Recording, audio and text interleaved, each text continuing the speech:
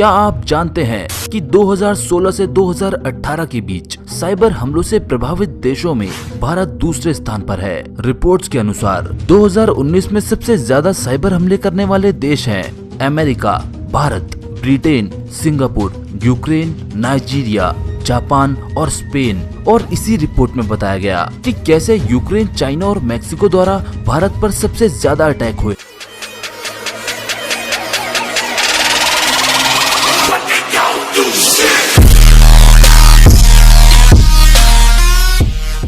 हैं, जिससे भारत को करोड़ों रुपए का नुकसान हुआ है। दुनिया में हुए बहुत से सर्वे और चेतावनियों के बावजूद भारत ने साइबर सुरक्षा की नीतियों में कोई बड़ा बदलाव नहीं किया।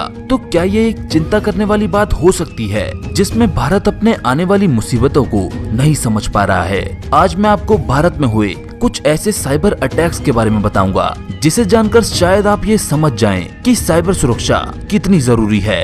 दोस्तों, भारत में डिजिटल इंडिया के बढ़ते इन कुछ सालों में रोजाना हजारों हमले हो रहे हैं। 2019 की एक रिपोर्ट के अनुसार भारत में करीब 75,000 साइबर हमले केवल स्लोवेनिया से हुए। इसके बाद यूक्रेन से 55,772 हमले, चेक रिपब्लिक से 53,609 अटैक, चाइना से 50,000 अटैक और मेक्सिको से 35,201 अटैक किए गए। रिपोर्ट्स में कहा गया कि हमले बॉटनेट के जरिए किए गए, जिसका इस्तेमाल किसी भी डिवाइस में मालवेयर इंस्टॉल करके उसका डाटा चुराने में किया जाता है। शायद आपको ये अटैक इतने खतरनाक ना लगे, इसीलिए मैं आपको हाल ही में हुए भारत में कुछ ऐसे साइबर हमलों के बारे में बताऊंगा, जिसे देखकर शायद आप ये समझ जाएं कि हमारी साइबर सिक्योरिटी को लेके ये इग्नोरेंस आने वाले समय में एक बड़ी घटना को अंजाम दे सकती है। Number 1, Cosmos bank cyber attack, Pune. 2018 को पुणे में साइबर हमला हुआ, जिसने पूरी बैंकिंग क्षेत्र को हिला के रख दिया। हैकर्स ने पुणे के कॉस्मोस कॉर्पोरेटिव बैंक लिमिटेड से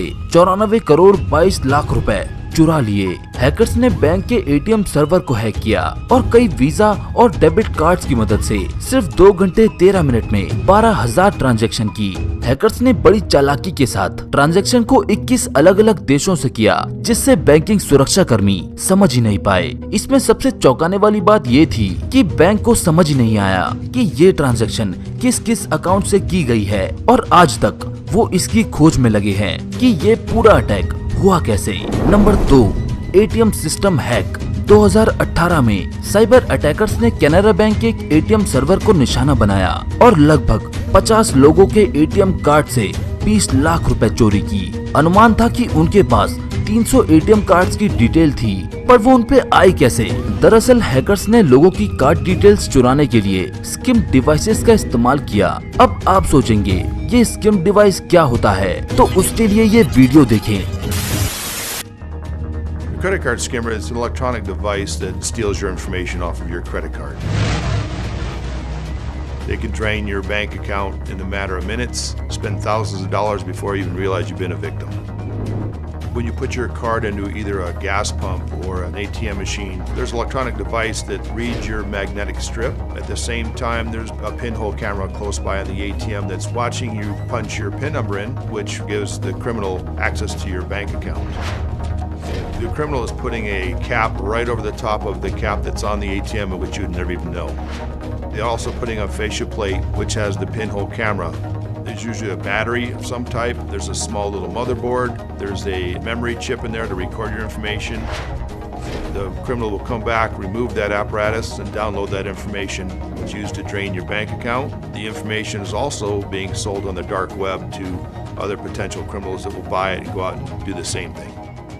इस वीडियो में चचा जान ने बताया कि कैसे हैकर्स एक स्किम डिवाइस आपके एटीएम कार्ड डालने वाले स्लॉट में रख देते हैं और एक डिवाइस आपके पिन एंटर करने वाली जगह के ठीक ऊपर। इसमें एक कैमरा, बैटरी और एक मेमोरी कार्ड का पूरा सर्किट बना होता है, जो आपकी कार्ड डिटेल्स को रिकॉर्ड कर लेता है। इसी तरह 2018 में कैनरा बैंक को निशाना बनाया गया, और अगर आम जनता को साइबर सिक्योरिटी की नॉलेज होती तो ये कभी ना होता। अब इससे बचा कैसे जाए, उसके लिए ये वीडियो देखें। If you walk up to the ATM machine and you pull on that cap and it pops off, you've got a problem then. The cap where you put your card into, always take a tug on that and see if it pops off, because if it's just on there with double-sided tape, it will just pop right off. You can look for the pinhole camera. They're very hard to find. put your hand over the top of the keypad as you're punching the numbers in. That's very important because if there is a pinhole camera and you at least obstruct the view, it's going to prevent them from victimizing you because they no longer have your PIN number.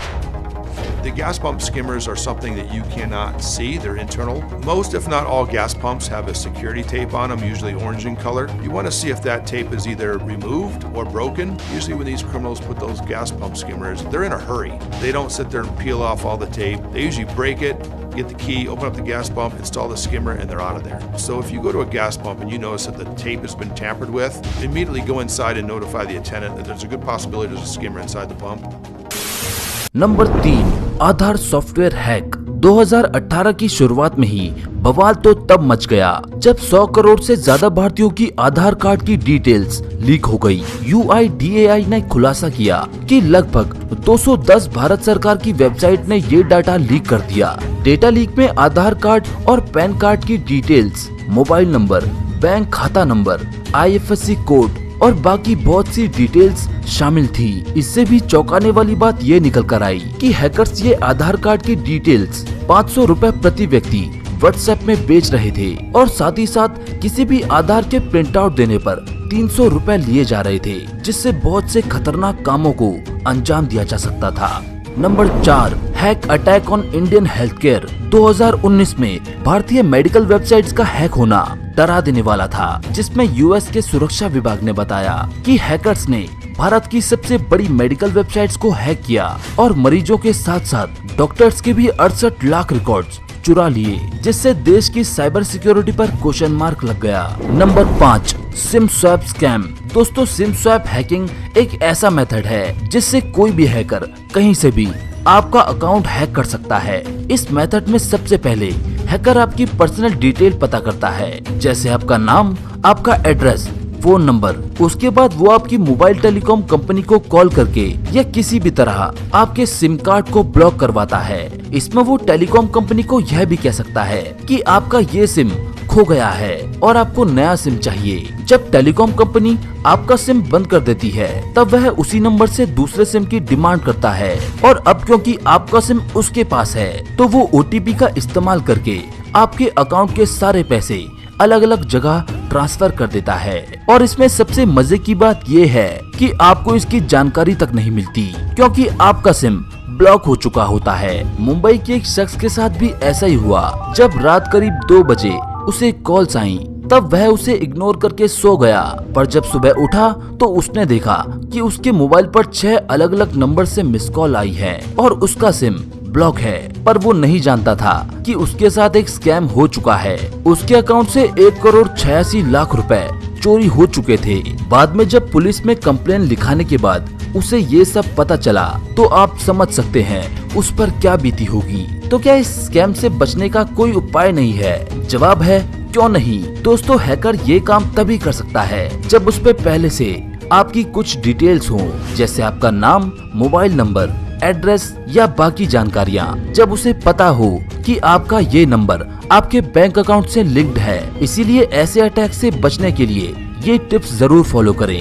पहला, ऊपर बताई गई अपनी ये सारी details किसी social network site जैसे Facebook, Twitter या बाकी जगह शेयर ना करें। अगर करें तो प्राइवेट रखें। नाम चेंज तो हो नहीं सकता, पर एड्रेस अपने आधार कार्ड से अलग रखें। टिप नंबर 2, आप ये जानते होंगे कि कभी किसी अनजान इंसान को अपनी कार्ड डिटेल्स या OTP शेयर ना करें। पर क्या आप ये जानते हैं कि आपको कभी किसी अनजान लिंक में क्लिक नहीं करना चाहिए? अगर नहीं तो जान लें और ऐसा कभी ना करें, क्योंकि क्या पता उस मैसेज के पीछे कौन हो और उस लिंक में क्लिक करके शायद अनजाने में आप उसे अपने फोन को एक्सेस करने की परमिशन दे रहे हो। ये किसी को फंसाने के लिए बहुत कारगर तरीका है, जिसे हैकर्स अक्सर आपको SMS या ईमेल करके इस्तेमाल करते हैं। टिप नंबर 3, कभी भी किसी अनजान ऐप को इस्तेमाल ना करें और कभी किसी ऐसी वेबसाइट पर विजिट ना करें जिसके शुरुआत में HTTPS ना हो। दोस्तों, HTTP की फुल फॉर्म है हाइपरटेक्स्ट ट्रांसफर प्रोटोकॉल। इसी की वजह से इंटरनेट काम करता है और HTTPS में जो S है वो दर्शाता है सिक्योर को। इसीलिए हमेशा सिक्योर रहें और HTTPS वेबसाइट पर ही विजिट करें। दोस्त, वीडियो अच्छी लगी तो लाइक कर देना, चैनल में नए हो तो सब्सक्राइब कर देना। मैं मिलता हूँ आपसे अगली वीडियो में, तब तक बाय।